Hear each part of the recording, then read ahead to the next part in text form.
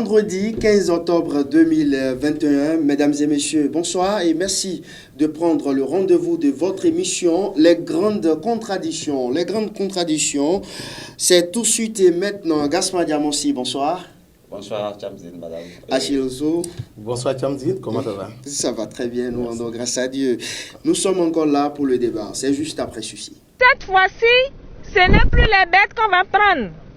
Mais c'est les individus qu'on va prendre, c'est les personnes même qu'on va prendre. C'est les vendeurs qu'on va prendre. Et là, ils iront en prison. Est-ce que quelqu'un ici veut mourir en prison? Donc, je ne suis pas du tout contente de vous. Ici, pas de marché. On ne veut plus rien voir ici.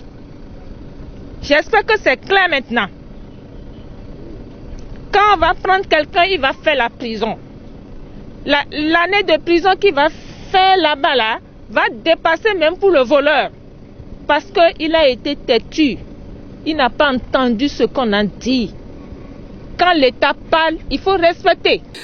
Voilà, Achille Osso, vous venez donc d'écouter, de suivre cette vidéo, une interview réalisée par Guérit TV Monde par rapport à ces menaces proférées par le préfet de l'Ouémé à l'endroit des vendeurs de moutons de Toré.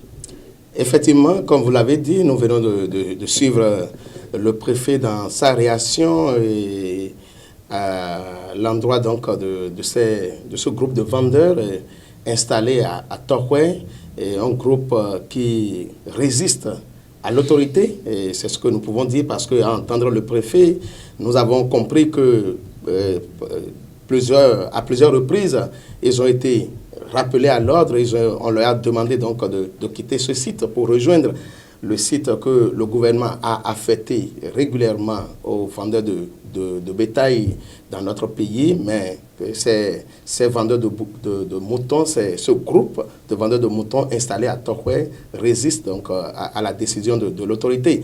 Et c'est ce qu'on ne pouvait pas comprendre, que des individus s'imposent à l'État, ça veut dire que l'État n'existe plus.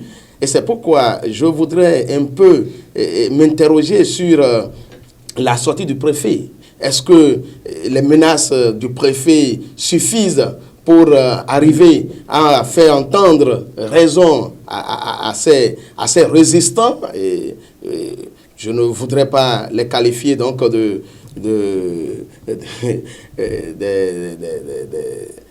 individus qui se permettent donc d'affronter l'autorité, d'affronter l'État, mais je voudrais quand même faire constater que nous voyons que c'est un fait qui est là, qui a résisté à tous les préfets, tout au moins à 2 préfets, parce que ce n'est pas pour la première fois que l'autorité préfectorale a fait cette descente. Je crois que depuis l'ancien préfet, ce problème-là s'est posé à plusieurs reprises. Il est allé donc pour les dégager, mais l'autorité n'est pas arrivée donc à leur faire entendre raison. Et c'est pourquoi je dis, lorsque le préfet dit que la prochaine fois qu'elle viendra pour constater encore qu'ils sont là, qu'il va les jeter en prison, est-ce que cela est une menace qui suffit pour que ces derniers, cette fois-ci, arrivent donc à entendre la voix de l'autorité et se plient à la décision de l'autorité? Je voudrais donc que l'autorité prenne ces mesures, ces dispositions, parce qu'on ne saurait comprendre qu'un groupe d'individus, encore plus des étrangers, se permettent donc de résister à l'autorité au moment où les citoyens du pays, en fait les nationaux, ont accepté donc aller sur le nouveau site. Voilà, ont été disciplinés. Donc qu'on soit étranger dans un pays et qu'on se permette donc de faire ce que l'on veut. Alors, je me pose mille et une questions, mais je voudrais quand même lancer cet appel à l'autorité que les menaces que nous avons entendues tout à l'heure semblent ne pas être à la hauteur donc des dispositions qu'il fallait prendre pour faire plier ces individus. Gaspard Diamossi, est-ce qu'on peut parler de l'inefficacité des préfets à la tête du département de l'Ouémé? les différents préfets, est-ce qu'on peut parler, on peut dire qu'ils sont inefficaces face à ce dossier? Parce qu'on se rappelle, à Piti, il était parti pour faire son show jusqu'à sa descente. Aujourd'hui, Dr Marie Apotosou, elle est là également et elle est sur les traces de Apiti, on dirait. Oui, inefficacité, oui, peut-être, incapacité également. Et ça ne se comprend pas, à mon avis. C'est inadmissible dans un État qui se respecte qu'une décision de l'autorité soit foulée aux pieds. Moi, je ne veux même pas savoir la nationalité de ceux qui sont actuellement au niveau du site de vente de bétail ou de moutons à Topoué. Quelle que soit la nationalité de ceux qui sont sur ce site, ils doivent aujourd'hui impérativement répondre, appliquer la décision qui a été prise et qui veut qu'aujourd'hui, tous ceux qui vendent du mouton se retrouvent au niveau d'un site mis à leur disposition à Z. Il faut rappeler que c'est l'ensemble des sites de vente de moutons qui ont été démantelés par une décision du gouvernement et qui demande à ce que désormais qu'il y ait un site approprié au niveau de Z et que tous les vendeurs de moutons se retrouvent sur ce site-là. Et il y a un certain nombre de dispositions qui ont été mises en place pour permettre le contrôle des animaux, un certain nombre de contrôles, un certain nombre de critères sont réunis au niveau de ce site. Mais on ne peut pas comprendre que certains vendeurs unilatéralement choisissent d'aller s'installer sur des sites inappropriés à leur gré. Ça, c'est un défi à l'autorité qu'on ne peut pas admettre dans un pays qui se respecte. Et on ne peut pas comprendre que les différents préfets qui se sont succédés à la tête du département de Lomé se trouvent dans l'incapacité de faire appliquer une pareille décision. Ça ne se comprend pas. Qu'est-ce qui ne va pas au niveau de ces préfets? Les autres sont passés. Plus récemment, le préfet Apiti n'est plus là. C'est un gros défi aujourd'hui, il faut oser le dire. Un gros défi pour le docteur Maria Apotosou. Elle doit impérativement régler cette situation. C'est vrai qu'elle est allée sur le site. C'est vrai, on l'a entendu menacer de laisser les bêtes même de côté, de foutre depuis le 8 septembre 2021. Mais depuis le 8 septembre, qu'est-ce qui a bougé? Qu'est-ce qui a été fait? Apparemment, rien n'est fait. Et les gens se sont installés et les gens se comportent pratiquement comme s'ils étaient en territoire conquis. Encore une fois, c'est inadmissible dans un pays qui se respecte. Le dossier est même allé au niveau de la première autorité du pays qui a instruit.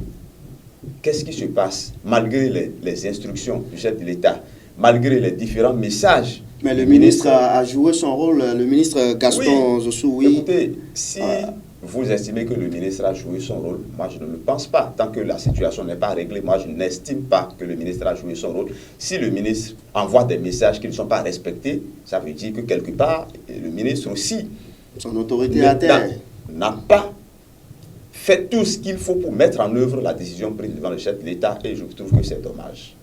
Achille Oussou, vous ne voyez pas dans ce dossier, est-ce qu'on peut parler en termes de corruption par exemple? Ah ben bon, je ne... Parce qu'au Bénin, on sait, quand on a nos intérêts en jeu, on n'arrive pas à forcer, on n'arrive pas à s'imposer. Non mais je ne saurais le dire parce que nous ne pouvons pas ici apporter les preuves de ce que les autorités qui se sont succédées à la tête de notre département, le département de Lomé, se sont laissés corrompre par rapport à ce dossier dont nous parlons. Mais malheureusement, les faits, les analyses peuvent nous amener à nous questionner comme vous le faites parce que on ne peut pas comprendre que des individus donc s'imposent à l'État. On ne peut pas comprendre. Surtout que, comme M. Gaspard, M. Diamosé l'a rappelé tout à l'heure, le président de la République est intervenu dans le dossier. Le ministre a été instruit pour agir. Et à son tour, le ministre a certainement instruit les préfets pour que ces vendeurs-là soient dégagés de ce site et qu'ils rejoignent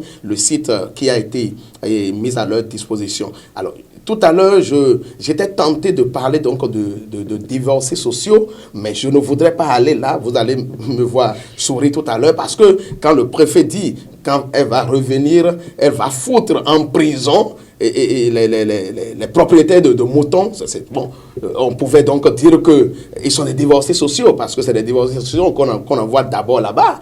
Mais nous n'irons pas jusque-là. Seulement que ici, il faut constater ou faire constater que les autorités préfectorales qui se sont succédées à la tête de l'OME, du département de l'OME, ont affiché leur incapacité. Et que depuis le 8 septembre, que le préfet aille pour une dernière mise en garde et que jusque-là, la situation perdure, ça veut dire qu'il y a quelque chose qui tourne en rond. Et cela suffit dans un pays qui se respecte pour que le président de la République interpelle l'autorité. Le préfet. Dans un autre pays, on peut même aller à décharger l'autorité, hein, Gaspard Diamansi. Bon, puisque ce n'est pas nous qui nommons les autorités, bon, c'est vrai qu'on peut décharger et par rapport... Ben, c'est celui qui l'a nommé qui pourra, en tout cas, apprécier. On commente la Mais moi, je le dirais encore une fois, c'est vraiment dommage. Vous avez parlé tantôt de corruption. C'est vrai qu'il ne faut pas qu'on aille trop vite en besogne, mais on ne peut pas s'empêcher de réfléchir à haute voix et de dire peut-être qu'il y a des compromissions. S'il n'y avait pas de compromission, c'est incompréhensible que des mesures soient prises, que des décisions soient prises et que ces décisions ne soient pas appliquées.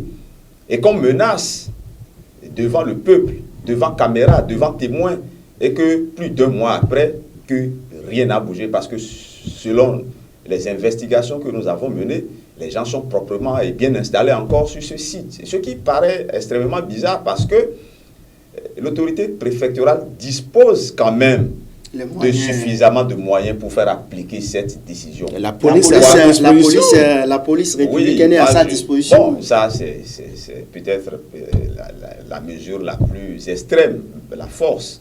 Mais en dehors de ça, j'estime que le préfet a quand même beaucoup de moyens à sa disposition pour faire appliquer cette décision. Et ça surprend qu'on passe de préfet, enfin, qu'on change de préfet, qu'on change de tête, et que la situation perdure. C'est comme si il y a un poids qui empêche nos différents préfets qui se succèdent à la tête du département de pouvoir mettre en œuvre cette décision. Et je ne pense pas que cela soit une bonne chose, parce que ceux qui sont en cause ici manipulent des animaux, manipulent des bêtes qui vont à la consommation. Ça suppose que ceux-là doivent respecter un certain nombre de critères. En fait, le site, par exemple, doit respecter un certain nombre de normes, mais on n'a pas la certitude aujourd'hui que ces normes-là sont respectées parce que c'est un site qui a été choisi unilatéralement par ces derniers. Et quand l'État s'investit, identifie un site et nettoie le site, en fait, met le dispositif en place pour que ceux-là soient accueillis et qu'ils refusent d'aller sur ce site et qu'ils choisissent de se disperser en réalité. Parce que quand ils ont quitté ce que les gens appelaient naguère et Zongo, entre Cotonou et Porto-Novo, il y avait ce site de vente. Au lieu d'aller à Zé, ils se sont dispersés. Certains sont allés à Tohoué, d'autres sont allés un peu vers Djiregbé. Mais je crois que ceux de Djiregbé ont finalement ont entendu raison et se sont déployés sur le site mis à la disposition par le gouvernement. Mais pourquoi ceux de Tohoué, qui sont en plus dans une zone, parce que je connais un peu la zone, c'est une zone impropre à une pareille vente, puisque c'est une zone, je vous le dis, c'est un bas-fond. C'est une zone qui est souvent inondée quand il pleut, c'est une zone impropre. D'accord, Gaspard Diamansi. De toute façon, le préfet, on verra. Oui, on l'a dit, la balle est dans le camp du préfet. Et comme on l'a dit, elle est là il n'y a pas longtemps. C'est un gros défi. C'est une épine dans ses pattes et je crois qu'elle a intérêt à vite faire pour se débarrasser. Et moi, je crois que nous avons intérêt aussi à revenir sur ce dossier-là et dans les jours à venir pour savoir est-ce que après sa menace et après ce que les analyses que nous venons de faire ici, est-ce que le préfet a vraiment pris la mesure de la situation et a définitivement réussi à régler le problème? Sinon, on finira par vous donner raison qu'il y a vraiment... De toute façon, moi, j'estime, et bon, en fait, j'espère que prochainement ici, qu'on l'applaudira en disant qu'elle a agi dans le bon sens et tout ça. C'est notre souhait. De toute façon, nous sommes là pour contribuer au développement de ce pays. Le deuxième sujet, Les débatteurs, les duos que nous avons constitués pendant les élections présidentielles ressemblent au mariage du XVIe siècle dont les couples se découvrent devant le maire et les curés le jour du mariage. Corentin Koroué, l'ancien allié de Irénée Agossa, l'homme de guerre. Ça fait vraiment marrer. Hein? Je crois que tout Béninois qui a lu cette fameuse déclaration de Corentin Koroué donc devait se laisser emporter par un moment de rire, parce que vraiment ça ne se comprend pas qu'on nous dise qu'on a été à une élection sans savoir comment le duo a été constitué. C'est dommage, et que cette déclaration vienne d'un aussi respectable personnalité comme un certain Corentin Koroué, que nous avons, ancien préfet de Mono, que nous avons toujours connu sur l'échiquier politique national et qui devait constituer aujourd'hui une référence en matière donc de la politique nationale, qu'ils viennent faire une déclaration pareille au lendemain des élections et que nous voudrions crédible pour, en tout cas, et ne pas donner raison à tous ceux qui ont parlé donc de manipulation d'institutions par rapport à ces élections-là, ou que tous ceux qui ont parlé donc d'un jeu de copains, de coquins, par rapport à l'organisation, au déroulement de ces élections. Je crois que ça ne fait pas bien. Et dans un pays qui se respecte, s'il était encore possible de retirer qu'on appelle une participation à la vie politique à cet homme-là, je tenterai donc de dire que désormais, qu'on ne lui permette plus de continuer sur ce terrain-là. Gaspard Adjamossi, après cette déclaration, est-ce qu'on peut déjà conclure, on peut dire qu'entre Corentin Koroué et Irénée Agossa, est-ce que le divorce est consommé? Oui, c'est possible que le divorce soit consommé. Déjà qu'il y a, au cours de notre première émission ici, à l'énoncé du nom de Irénée Agossa, vous pouviez souvent de rire. Cette déclaration semble confirmer un peu votre état d'âme, en tout cas, quand on évoque ces noms-là. Mais moi, à la place de Corentin Koroué, j'ai honte, sincèrement. J'ai absolument honte, parce qu'une personnalité de sa trempe ne peut pas venir nous faire ce type de déclaration-là aujourd'hui. Il nous donne l'impression qu'on lui a bandé les yeux, qu'on lui a attaché les bras, et comme un colis, on l'a mis on l'a mis dans un duo pour aller à une élection présidentielle. Il donne l'impression de quelqu'un qui n'a pas été actif et qu'on a mis dans un duo contre sa volonté, et venant de quelqu'un de ce calibre-là, vraiment, moi j'estime que quand bien même on a eu à faire des erreurs, il faut qu'on les assume. Nous, on n'a pas besoin de connaître ces dessous-là. Ils n'ont qu'à régler ça entre eux. Certainement que par la suite, il y a peut-être eu un clash entre les deux, ce qui a amené ce dernier à faire. Corentin Koroué a sorti un peu du cercle, on a fait ce type de déclaration. Mais ça n'honore ni lui ni l'autre. Gaspard Adjamossi, vous, à travers cette déclaration, vous ne voyez pas que l'homme même peut-être a mal le dispositif lors de la présidentielle passée. Est-ce que ces propos ne donnent pas aujourd'hui, semble-t-il, raison à l'opposition? Non, moi, c'était un duo fabriqué. Tout à l'heure, j'ai entendu mon collègue, mon confrère Achille Loussou parler de crédibilité. Non, ça n'enlève aucune crédibilité à l'élection présidentielle. Ce que cela fait, bon, ça, à la limite, ça livre quelques dessous de cette élection présidentielle, mais ça ne permet pas de donner du crédit à une quelconque opposition, à qui que ce soit, en disant que peut-être il y a eu des manipulations. On ne le pense pas. Vous savez, les hommes politiques, on ne sait jamais dans quelle intrigue ils se mettent quand ils sont ensemble. On ne sait jamais ce qui les amène à venir dire certaines choses publiquement. On ne sait pas l'idée qu'ils ont derrière la tête. Peut-être qu'en faisant cette déclaration, justement, son objectif, c'est de jeter un certain discrédit sur qui ou sur quoi, je n'en sais rien. Mais moi, je ne veux pas apporter plus de crédit que cela à cette déclaration. Moi, j'ai un peu honte à sa place et je préfère ranger. Vous avez un peu honte? Oui, j'ai vraiment honte, c'est pas un peu. Achille Ossou, est-ce il a agi comme un gamin, c'est ça? Non, mais ce qui est sûr, aujourd'hui, Corentin Kokwe a foulé au pied sa propre dignité. Sa propre dignité, parce qu'on ne peut pas... C'est quand nous, on était encore jeunes, je me rappelle, parce que... Vous êtes toujours jeune. Bon, relativement. La déclaration qu'il a faite me rappelle le jeu d'invisibilité qu'on organisait dans les écoles. Dans les écoles, il y a quelques années en arrière, mais...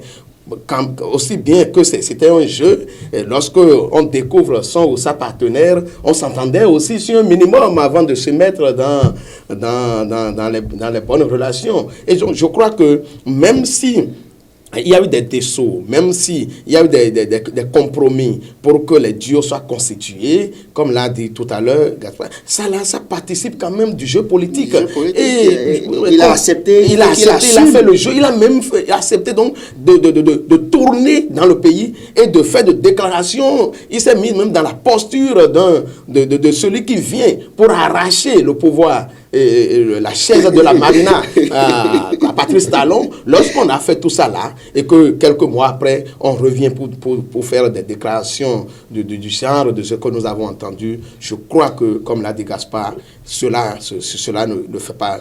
Bon, et lorsqu'on a des enfants qui devraient quand même jouir d'un certain aura de papa, ou d'une certaine crédibilité donc politique de son père, et lorsqu'on fait des choses comme ça là, ce n'est pas bien pour les enfants. Gaspard Adjamossi, par rapport à cette réaction, certains parlent d'un problème financier entre les deux. Nous n'avons aucune preuve. Oui, c'est comme s'ils auraient pris d'avance une avance, mais la dernière partie n'arrive pas. Ils ont vendu quoi pour prendre d'avance? Vous savez, ils ont échangé quoi? Moi, je n'aime pas souvent rentrer dans ce genre de... Mais ce qui est intéressant dans ce dossier aussi, c'est le silence de Irénée Agossa par rapport à ça. Moi, j'ai échangé avec le président Agossa au téléphone ce matin, mais il m'a dit, pour rapporter ses propos, qu'il n'a aucun problème avec Corentin, qui n'a aucun problème. C'est vrai qu'il a été invité à l'âge de Bonicon, je crois, ou à Abomey, lors de la création de ce parti politique RLC, mais il a décliné l'offre. Donc, et l'homme aurait souhaité rester à l'écart d'abord, mais qu'il respecte sa décision. Oui, ça se comprend. En fait, ce que Corentin Kokwe a dit, ça, tout le monde le sait. Et je crois que tout le monde peut comprendre ça, que c'est l'expression d'une frustration. Maintenant, quelle est l'origine de la frustration, je ne saurais le dire. On a comme peut-être l'impression que désormais dans la conduite du mouvement, il a été laissé en rade, ce qu'il n'a peut-être pas apprécié. Ou bien veut-il jouer les premiers rôles alors que Irénée Agossa ne lui a pas permis. C'est peut-être ce genre de situation. Mais quand on est une grande personne, comme je l'ai dit tantôt, et qu'on est une personnalité de ce calibre, je crois qu'il faut éviter de faire ces genres de commentaires. Et je voudrais finir sur le dossier en espérant que l'autre duo aussi ne viendra pas nous faire quelques déballages. Quel duo ça? L'autre duo. Djemba. Profitons pour parler également de ce sujet très rapidement, le troisième sujet d'ailleurs, par rapport à Djemba. Le parti des FCBE, beaucoup de démissions ces derniers temps. Oui, les démissions peuvent se comprendre parce que la dernière élection présidentielle a mis au grand jour de grandes divergences entre les membres de cette formation politique. D'ailleurs, il ne faut pas oublier que certains parmi eux ont quitté et ont rejoint le parti et les démocrates. Mais ceux qui sont restés se sont chamaillés autour du candidat à la présidentielle au niveau de ce camp, notamment entre, d'une part, Djemba Nkwe et d'autre part, les Théophile Yahou. Et vous n'êtes pas sans savoir que au bout de cette crise-là, certains avaient été suspendus, d'autres avaient été même exclus. Je crois que c'est l'autre camp qui est en train de s'organiser actuellement. Ils ont même annoncé la création d'une formation. Théophile Yarou et Clément Koutiadé, je crois. Et autres. Je crois que c'est ceux-là, ce sont les militants de ceux-là aujourd'hui qui démissionnent en bloc dans différentes zones du pays. Bon, j'estime que ça, c'est dans l'ordre normal des choses que quand on ne s'entend pas, et qu'on puisse quitter et aller se faire voir ailleurs. Mais là où je trouve que c'est un peu dommage, c'est dommage pour toute l'opposition, toute tendance confondue, parce qu'aujourd'hui, il y a plusieurs types d'opposition. Il y a ce qu'on peut appeler les modérés, il y a les radicaux et autres. Aujourd'hui, au vu du développement de l'actualité politique nationale, au vu de ce qui se constate, au lieu que l'opposition se rassemble, on vient de parler du cas Akorsa et Korhoué qui se réclament bien entendu de l'opposition. Au lieu de se renforcer, au lieu de se mettre ensemble, on constate que du côté de l'opposition, c'est le temps de la dispersion des énergies. FCBE qui s'éclate, et on a un quoi qui est déjà là, qui a quand même aujourd'hui une posture, une statue. Aujourd'hui, c'est le chef de file de l'opposition. Les gens ont intérêt à se rassembler autour de lui aujourd'hui pour se donner une certaine visibilité, pour se donner un certain crédit. Maintenant, si on fait le choix de la dispersion des énergies, de la dispersion des forces politiques, ça renforce plutôt l'autre côté, le côté du pouvoir en place. Quand vous prenez, aujourd'hui, il y a les démocrates. En fait, toutes les tendances de l'opposition doivent aujourd'hui commencer par s'asseoir et discuter et chercher à se renforcer plutôt que d'aller dans la dispersion comme on est en train de le constater. Et certainement qu'on l'abordera au moment où les autres essaient de se renforcer, de se mettre davantage ensemble. Ceux-ci choisissent la fusion, mais on va y revenir. Achille Oussou, la création d'un parti politique par Théophile Yarou et Clément Koutiadé, est-ce que c'est opportun encore aujourd'hui? En fait, je voudrais, à la suite de l'analyse de Gaspard, et à partir donc de ce nouvel élément que vous venez d'annoncer, la création du nouveau parti politique, ou de la nouvelle formation de Théophile Yarou et ses compagnons, je voudrais dire que ça fait partie des raisons fondamentales qui pourraient justifier aujourd'hui le déferlement que l'on constate de la FCBE vers des démissions qui sont agitées un peu partout, que la nouvelle la création de cette nouvelle formation politique participe d'une manière ou d'une autre à ce mouvement interne qu'on constate au sein de la FCBE. En plus de cela, il faut toujours compter avec un certain, comment il s'appelle, Yahi Boni, qui, d'une manière ou d'une autre, n'a pas encore dit son dernier mot. Et aujourd'hui, le repositionnement politique de Yahi sur l'échiquier politique national, sa rencontre avec le chef de l'État, semble redonner encore de l'espoir à un certain groupe de militants qui pensent qu'on peut toujours continuer à faire route avec lui. Et nous n'allons pas oublier que c'est autour de Yahi que la FCBE a été constituée, comme déjà autour de Kérékou et ce mouvement, ce grand rassemblement politique qu'on avait retrouvé autour de Kérékou, mais qui, au lendemain de son départ a éclaté, s'est volé en éclats. Et donc, c'est aussi ce qui se passe. Et le dernier élément qui pouvait justifier les démissions en cascade de la FCBE, c'est la posture, c'est le charisme aujourd'hui comment il s'appelle, de Paul Mompé, qui semble ne pas être à la hauteur de challenge. J'ai comme l'impression qu'il y a un problème de casting. Il n'arrive pas à maintenir le groupe, à maintenir le mouvement, à satisfaire les ambitions, à satisfaire les intérêts personnels, qu'on le veuille personnel ou égoïste. Nous sommes en politique quand même. Et que c'est ça qui, à un moment donné, avait rassemblé les gens autour de Yahi. Et aujourd'hui, si lui n'arrive pas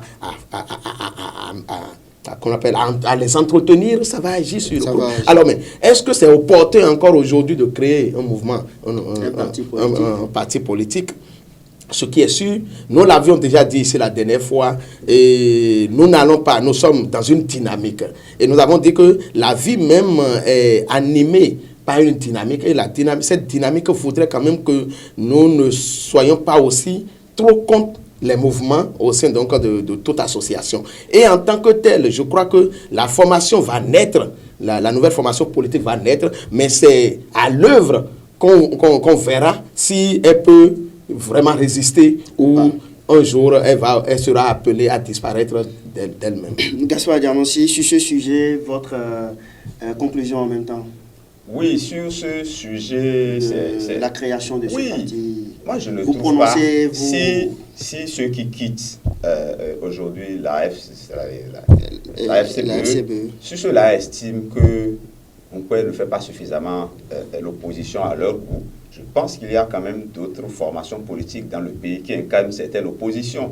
Donc, j'estime qu'on n'a pas besoin forcément de créer un parti politique aujourd'hui. Ils peuvent adhérer aux formations politiques qui existent déjà et qui peuvent incarner une opposition peut-être plus dure à leur goût que celle qu'incarne Paul Onkpé. Et je voudrais finir sur le sujet en disant que quand vous regardez aujourd'hui la FCBE en tant que force de l'opposition, en tant que force politique reconnue de l'opposition, et Paul Onkpé en tant que chef de file de l'opposition, vous ne voyez que lui.